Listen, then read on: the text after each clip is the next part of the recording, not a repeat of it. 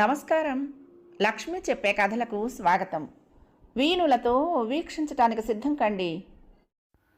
ప్రియ సఖులు, ఇప్పుడు మనం సుప్రసిద్ధ సీనియర్ రచయిత శ్రీ పిఎస్ నారాయణ గారు రచించిన ఆకుపచ్చని మనిషి అనే ఓ చక్కటి కథను విందామండి.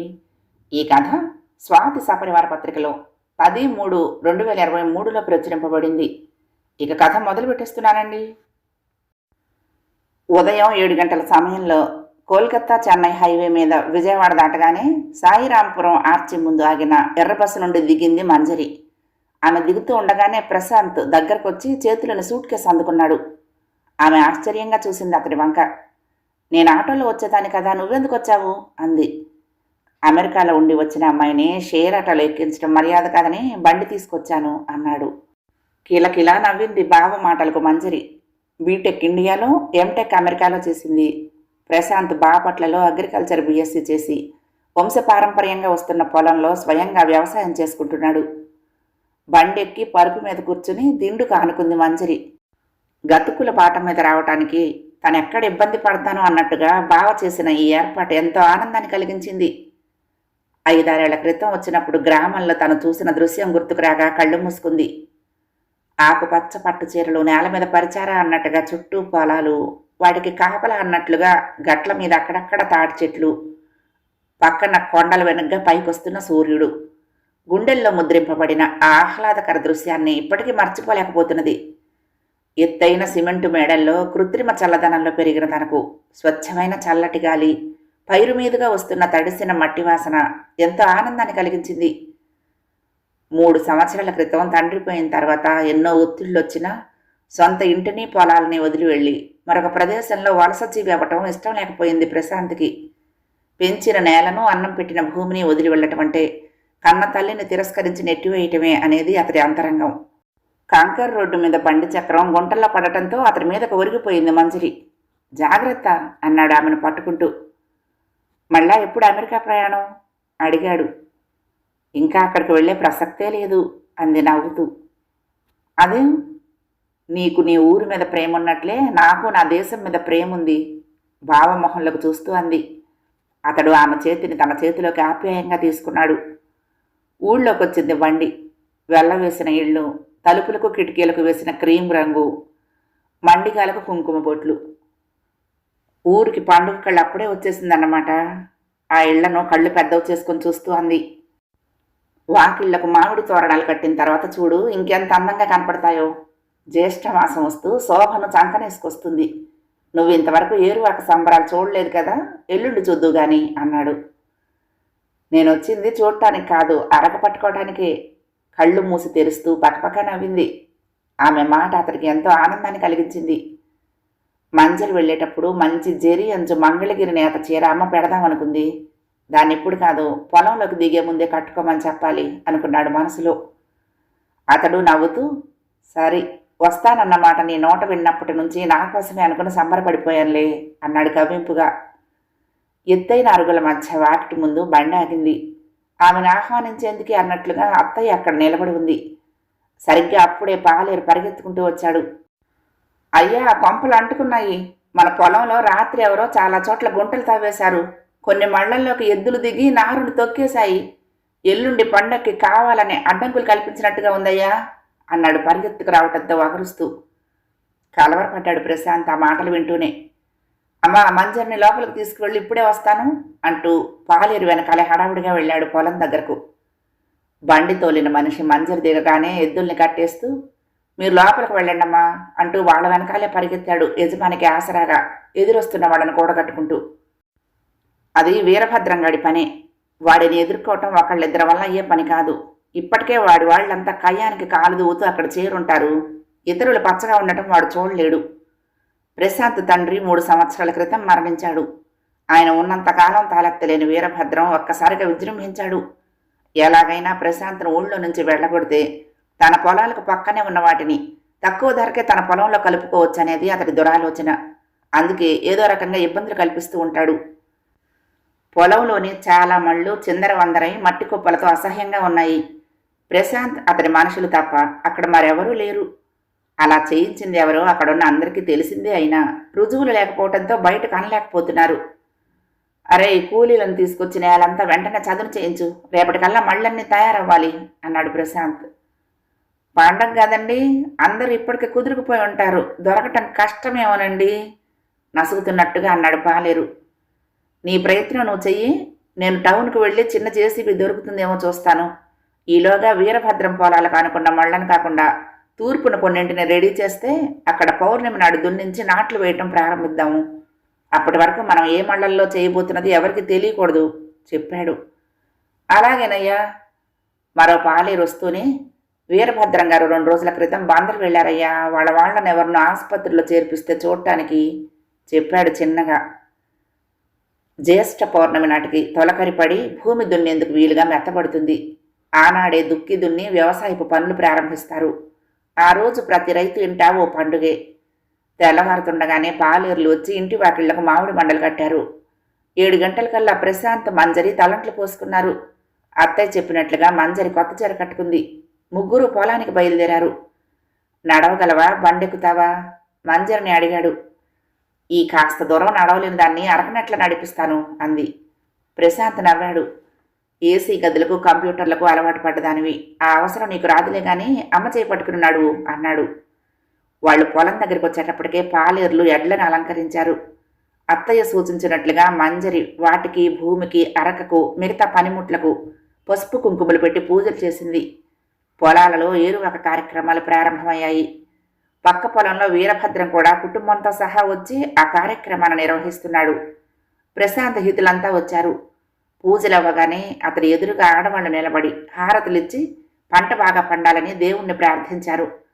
ప్రశాంత్ నాగలి పట్టుకోబోతూ ఉంటే, నువ్వు పక్కకు జరుగు బావా, ఈ సంవత్సరం ఈ పని నాది అంటూ నాగలి పట్టుకుంది మంజరి. అక్కడున్న అందరూ విచిత్రంగా చూస్తూ ఉంటే ప్రశాంత్ పక్కకు తప్పుకున్నాడు నవ్వుతూ. సరిగ్గా అప్పుడే వీరభద్రం తన పొలంలో కార్యక్రమం పూర్తి చేసుకుని ప్రశాంత్ దగ్గరకు వచ్చాడు. సన్నగా చినుకులు పడుతున్న నేలలో ఎద్దులు అడుగులు వేస్తూ ఉంటే నాగల్ని పట్టుకుని చిరునవ్వులు చిందిస్తూ నడుస్తోంది మంజరి వెనగ్గా. ప్రశాంత్ సూచించడంతో పాలేర్లు అవి బెదరకుండా వాటి పక్కనే నడుస్తున్నారు. ఎవర్రా ఆ పిల్ల అన్నాడు వస్తూనే వీరభద్రం ప్రశాంత్తో. మా రాజేశ్వర అత్త కూతురు మావయ్య చెప్పాడు. అమెరికాలో ఎంటెక్ చేస్తున్నదని విన్నాను, ఈ అమ్మాయేనా?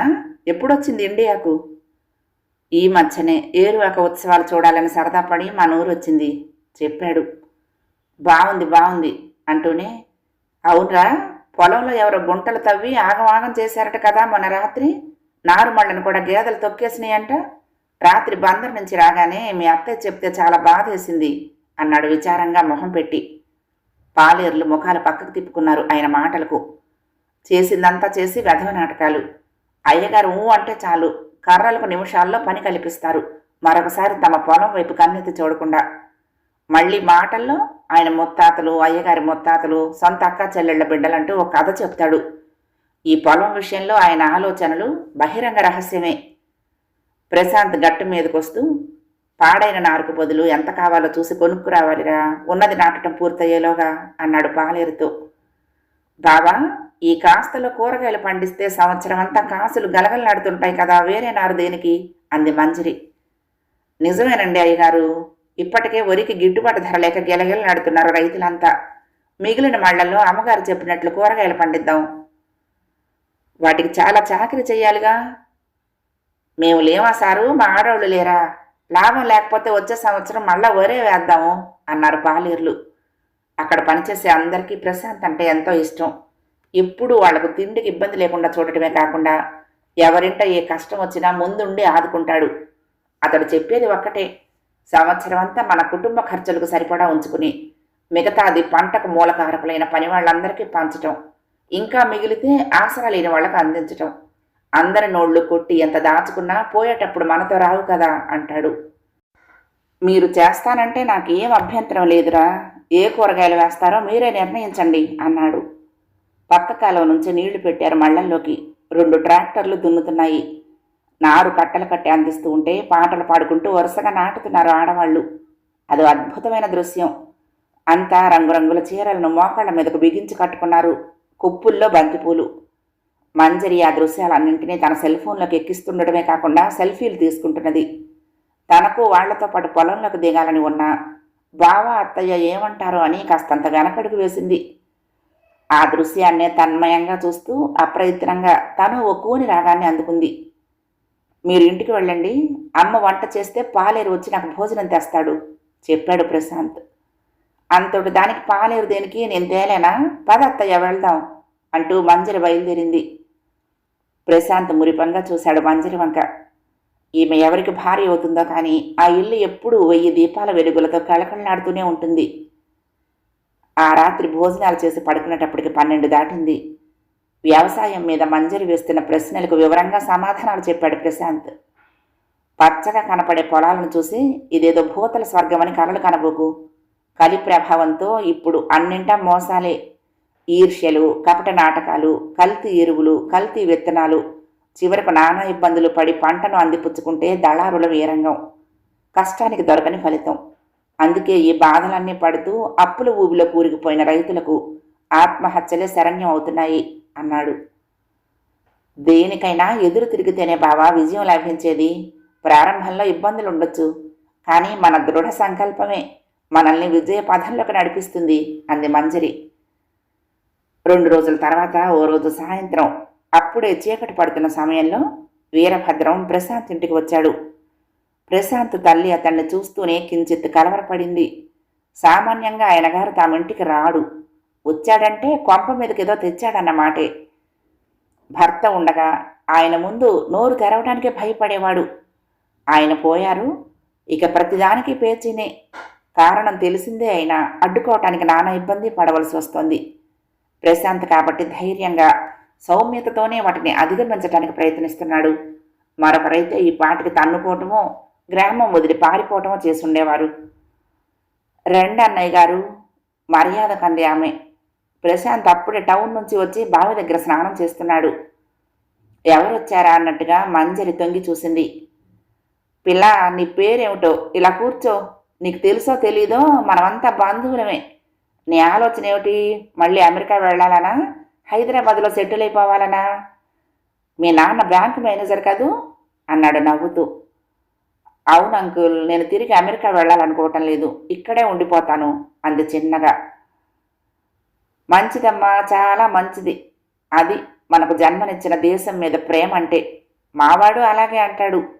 వాడికి అమెరికా, ఇంగ్లాండ్, ఆస్ట్రేలియాల నుంచి ఎంతమంది రమ్మనమని కబురు పెట్టినా ససేమిరా అంటూ నిరాకరిస్తున్నాడు. వాడికి మన దేశం వదిలిపోవటం ఇష్టం లేదు. వాడు పెద్ద ఇంజనీరు. వాడి తెలివిని చూసి ప్రభుత్వమే వాడిని వదిలిపెట్టలేకపోతుంది. మీరుండేది ఎక్కడో చెప్తే వచ్చి కలుస్తాను. బంధువులంటే వాడికి ఎంతో ప్రేమ అన్నాడు. ఆయన మాటలు వింటూ మౌనంగా ఉండిపోయింది మంజరి. రాత్రి ఆ తండ్రి కొడుకుల భాగవతం పూర్తిగా చెప్పాడు బావ తనకు. చెల్లెమ్మ, ఈ అమ్మాయ అమెరికాలో పెద్ద చదువులు చదివి వచ్చింది. మావాడ మన దేశంలోనే బాగా చదువుకొని ఇంజనీర్ అయి పేరుకు పేరు, కావలసినంత డబ్బు సంపాదించుకుంటున్నాడు. అందంలోన ఒకరికొకరు తీసిపోరు. ఇద్దరిని జంటగా చేస్తే ఎలా ఉంటుందంటావు అన్నాడు నవ్వుతూ. ఆమెకు అర్థమైపోయింది వీరభద్రం రాకలోని ఆంతర్యం. మంజరి క్షణం ఆలస్యం చేయలేదు. ముఖం చిట్లిస్తూ, అదేమిటి, మీ అబ్బాయి లంచం తీసుకుంటూ సస్పెండ్ అయి ఇంట్లోనే ఉంటున్నాడట కదా, అతడు చెప్పే గొప్పల్ని మొలకల్లోనే త్రుంచేయాలి అన్నట్టుగా అంది. క్షణంసేపు వీరభద్రం గతుక్కుమన్నా వయసు తెచ్చిన అనుభవంతో కూలుకుని పెద్దగా నవ్వుతూ, నిజమేనమ్మా, నువ్వు విన్నది నిజమే. అయితే ఏమిటట, సంపాదించిన కోట్లలో 1 కోటి తనది కాదనుకుంటే ప్రమోషన్ ఇచ్చి మరీ డ్యూటీలోకి తీసుకుంటారు. ఈ పాటికి చేరవలసిన వాడే కానీ ఉన్న చోట కాకుండా మరొక చోటకు వెళ్ళమంటేనే పేచి వచ్చి ఆగాడు అన్నాడు. మంజరి కూర్చున్నదల్లా లేచింది. పోనీయండి అంకుల్, ఎవరికైనా కోరుకున్న చోట కొలువే సులువుగాను హాయిగాను ఉంటుంది. కానీ ఎంతైనా పుట్టి పెరిగిన మన గ్రామానికైతే రాలేడు కదా. నేను ఈ ఊళ్ళోనే ఉండి బావ దగ్గర వ్యవసాయపు మెళుకువలు నేర్చుకోవాలనుకుంటున్నాను. హైదరాబాద్ నగరమే కాదు, అమెరికాలో నగరాలు చూశాను. నాకైతే మన పల్లెటూళ్ళే నచ్చాయి. పచ్చటి పొలాల మీదుగా వచ్చే స్వచ్ఛమైన గాలి పట్టణాలలో దొరుకుతుందా? అంతేకాదు, విజయవంతమైన రైతుగా గుర్తింపు పొందటం తృప్తి కలిగించడమే కాకుండా గర్వంగా ఉంటుంది. మీలాంటి వాళ్ళ సాయం ఉంటే మరీను మాటలను ఒత్తి పలుకుతూ అంది.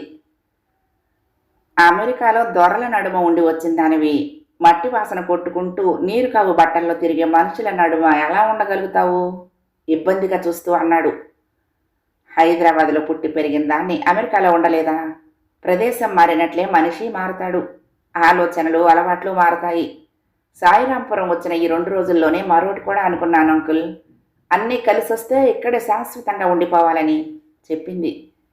అంటే అసహనంగా అడిగాడు. అంటే ఏమున్నది అంకుల్, వివాహాల విషయంలో మన ప్రయత్నాలు ఎందుకు పనికిరావు. నిర్ణయించేది ఆ పైనున్న దేవతలే. వాళ్ళు ఎవరిని ఎత్తిన అక్షంతలు వేస్తే వాళ్ళు దంపతులు అవుతారు. మన చేతిలో లేని దాని గురించి బుర్రపాటు చేసుకోవటం దేనికి? కానీ బంధువుగా నాకు చిన్న సాయం చేయకూడదు?